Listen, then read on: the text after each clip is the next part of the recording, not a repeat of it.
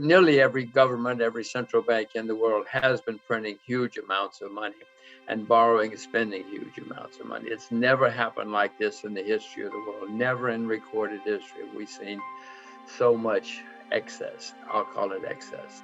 They think it's normal. They think it's fine. And this has caused many markets to go up a lot.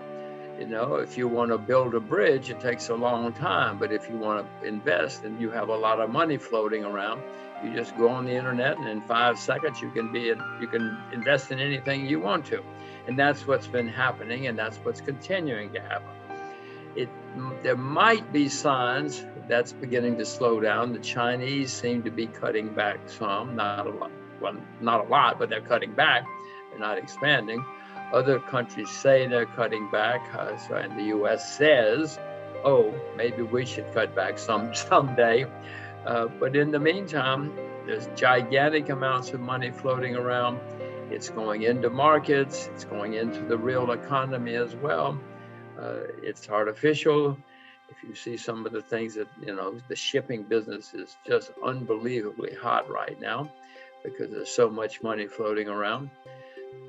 The bad news is these things always end, and the better they get, the worse they get when they end. And as I said, we've never seen anything like this in recorded history, so be worried. I'm not short. I haven't sold short anything, but I am certainly worried. As I look around the world, bonds are clearly in a bubble. Bonds have never been this expensive in the history of the world. Not in recorded history anyway. Property in many places, you go to Korea, you go to New Zealand, you go many places, property is certainly in a bubble. Stocks, many stocks. I mean, Amazon goes up every day. Tencent goes up every day. Samsung goes up every day. So some stocks are performing a bubble, but many stocks are still not up. So it's not a complete bubble yet. So there you have stocks, property, bonds, all in bubbles or forming bubbles. The only thing that's still cheap, commodities. Silver's down 60% from its all-time high. Sugar's down 70% from its all-time high. Oil is down 50%. I mean, these are not bubble numbers when you talk about big declines, historic declines. But with all the money being printed, the asset class in the world that I prefer at the moment would be commodities because they're cheap when everything else is booming. I do own stocks. I do own stocks in places like China, Russia, Japan, other places. But I'm not rushing out to buy unless I find something really good. All right, great answer, Jim. And I want to actually revisit some of the points you made there later on here in the discussion. But just staying at the high level for a moment. Last time you and I talked was kind of really probably about a year ago, sort of fall of 2020. And you were very concerned about these big macro trends back then, particularly all the intervention by the central banks and whatnot. So here we are a year later, and trillions and trillions more, both of monetary and fiscal stimulus around the world.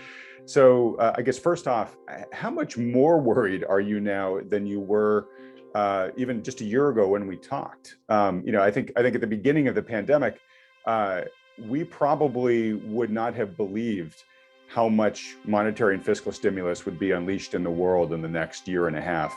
So again, you were quite worried back then. How much more worried are you now? Well, let me respond partially by saying, what comes after trillions? What are they going to do next? How much? They've already gotten into trillions, which you and I never could have conceived of. Most people could not have conceived of, but they don't want to stop. So I'm wondering what's after trillions? We're going to learn new languages, new vocabulary here in the next year or two if they keep going the way they're going. Well, I said, I'm not short. I know it's going to end badly. If something comes along that's good, I'll buy it. But Adam, I know this is going to end very, very, very badly. To repeat, the better it gets, the worse it's going to get when it comes to an end. I would suspect that when it ends, we're going to have the worst bear market in my lifetime. In 2008, we had a big bear market problem because of too much debt. Adam, since 2008, the debt everywhere skyrocketed, unbelievable.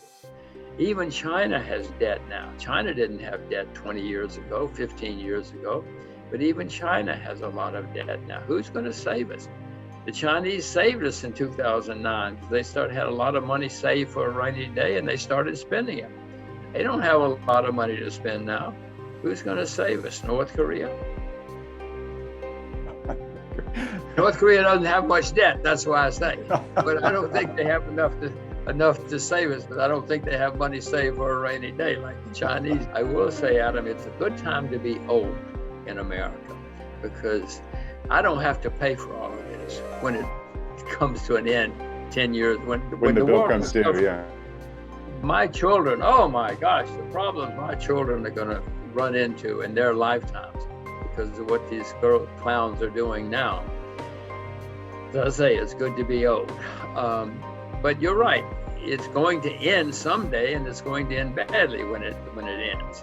You said either currency collapse or economic collapse. You can have both. You can have one and then it leads to another. In the 30s, we had both, for instance, around the world. And then we had war, it's shooting war. And that's the really bad news is often in history when you have really, really bad times, especially worldwide, it winds up in shooting wars. It certainly did after the 30s. It's not good news. I don't see good news. I repeat that in 2008 and 9, we had horrible problems with too much debt. Since then, the debt has gone through the roof by unbelievable amounts. And I know that's going to end badly. I don't want to scare people or anything else. I own shares. I'm not short anything as we sit here right now. If you know something for me to sell short, I doubt if I would, because I know how much money they can print. But I do know it's going to come to an end, and all of us should probably watch Wealthion to get prepared or to get worried. If we know what's going on, we'll get worried. And if we get worried, we'll probably get prepared, and then we might survive. Some people came out of the 30s very rich. Most didn't. Most lost huge amounts of money. But I hope that I survive. I hope you survive, and I hope all of your viewers survive. But are there any potential indicators that you're watching that will give you a sense of when it's time to start battening down the hatches and at least get less long, if not go short? These things always start where we're not looking. In 2007, Iceland went bankrupt. People said, "What? Who's Iceland?" If they noticed. Nobody cared. And a few months later, Ireland went bankrupt. Some noticed. A few months later, Bear Stearns went bankrupt. Now we're starting to notice.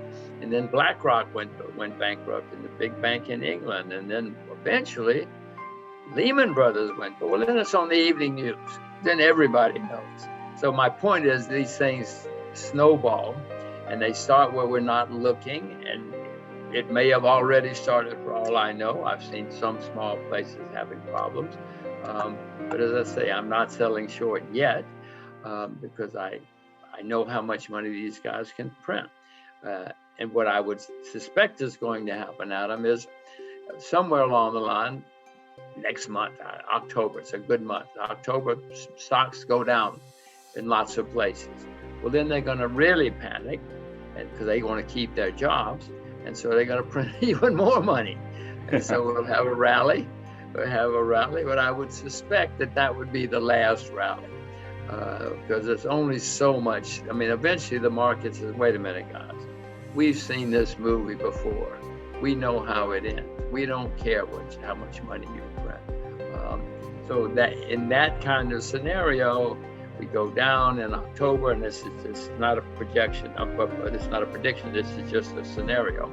Go down in October, they print a lot, have the big year-end rally, and then 2022 is a serious problem. Probably the beginning of a serious problem because, as I said, the next bear market is going to be the worst in my lifetime because of all this staggering amount of debt.